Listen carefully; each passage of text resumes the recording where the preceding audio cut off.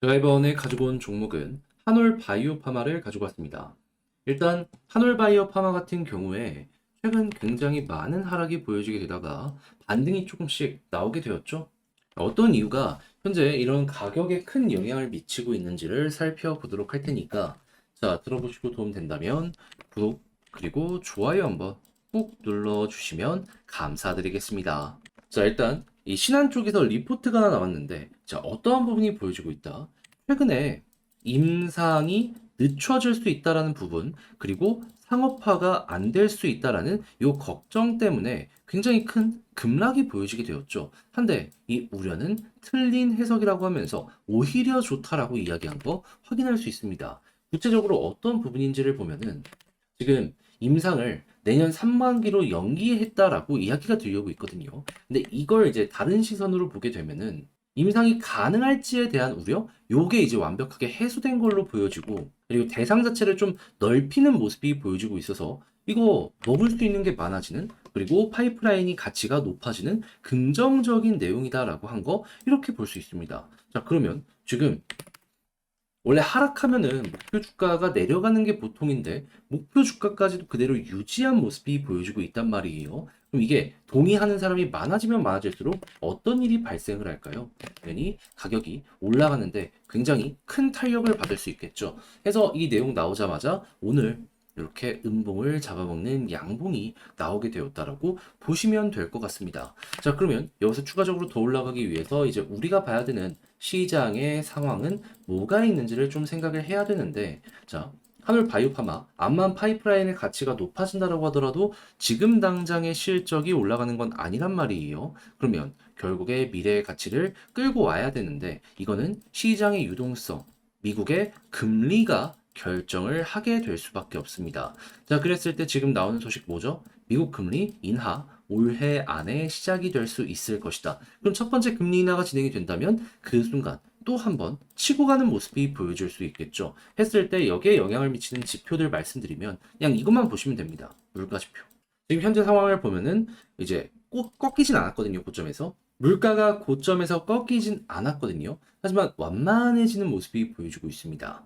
근데 미국의 GDP 같은 경기 지표를 보면은 확실하게 경기는 둔화되는 모습이 보여지고 있어요. 수요와 공급을 생각을 했을 때 이게 둔화되는 모습이 보여지게 된다면 물가는 자연스럽게 어떻게 될까요? 조금씩 떨어지는 모습이 보여지게 되겠죠. 그러면 요 모습이 보여지게 되는 순간 금리 인하에 대한 가능성은 터지게 될 것이고, 그러면 당연히 제약바이오 성장주, 아, 여기에 최대 수혜를 받겠구나 라는 인식 때문에 또 한번 이렇게 올라가는 모습 생각을 할 수 있게 되는 겁니다. 자, 그러면 이제 과거의 예시 볼 수 있는 게 뭐가 있는지를 보면 2019년 계속 떨어지다가 한 번씩 딛고 이렇게 올라가는 모습 보여지게 되었었잖아요. 이거는 IT 쪽에서도 마찬가지로 나온 패턴이었는데 그냥 이렇게 생각하시면 됩니다. 첫 번째 금리 인하 되고서 쭉 올라갔다가 그 다음에 꾸준하게 금리 인하를 쭉쭉쭉 진행하니까 한 번씩 위를 향해서 튕겨 올라가는 모습들이 보여지게 되었었다. 그럼 이번에도 이 흐름은 마찬가지가 될 가능성 높다라고 우리 생각을 하면서 접근을 할 수가 있게 되는 것이죠. 했을 때 지금 시장에서 보는 달은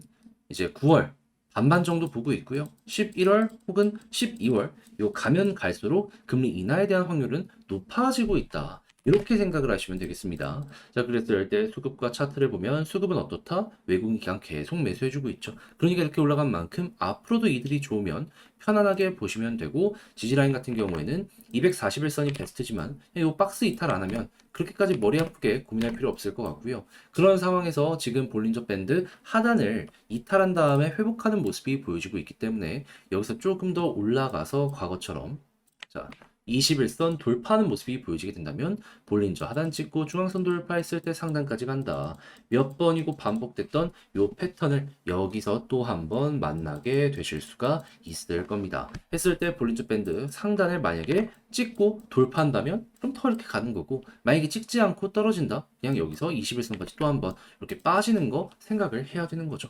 근데 뭐가 됐든지 간에 현재 위치에서 이만큼의 구간이 열린다라고 생각을 하면은 편안하게 볼 수 있겠죠. 그리고 그 다음부터 이제 금리 인하 관련된 스케줄 맞춰서 한 번씩 한 번씩 쭉쭉 치고 가는 거 생각을 하시면 될 것 같고요. 자, 그렇게 해서 한올 바이오파마 여러분들이 매매를 진행하시는데 제가 말씀드린 내용 도움이 되었으면 좋겠는데 이걸 글로 쓰면서 총 정리까지 해보도록 하면은, 자, 일단 첫 번째 나오는 내용을 보면은 오히려 좋은 호재가 됐고 이게 파이프라인의 가치를 높여주게 될 것이다. 그러면 이 다음부터는 그냥 편하게 보면서 이 제약 바이오가 어느 시점에 올라갈지 요것만 보면 되는데, 핵심은 뭐 금리 인하에 대한 가능성이 커지면 그럼 이게 최고의 호재다. 그랬을 때 수급은 외국인 기관 둘 다 보시면 되고, 지지라인 같은 경우에는 241선 위가 베스트지만 박스권 유지된다면 편안하게 보시고, 그렇게 해서 21선 돌파하면 볼린저 상단까지 끌고 가되 여기를 이탈하면은 그럼 거기가 고점인 거고, 만약에 돌파하는 모습이 보여지게 된다면 추가적으로 단기 추세가 이런 식으로 잡힐 수 있으니까 추세 잡혔다? 홀딩하면서 끌고 가고, 추세가 이탈됐을 때 매도를 하시면 되겠습니다. 자, 해서 한올 바이오파마 쭉 봤는데 어떻게 도움이 되었을지 모르겠어요. 괜찮았다면 구독과 좋아요 한번 부탁드리고요. 저는 다음에 더 좋은 영상으로 다시 인사드리겠다라고 말씀드리며 이상 주식 정리해드리는 주정남이었습니다. 여러분들 모두 이번 주 한 주도 화이팅입니다.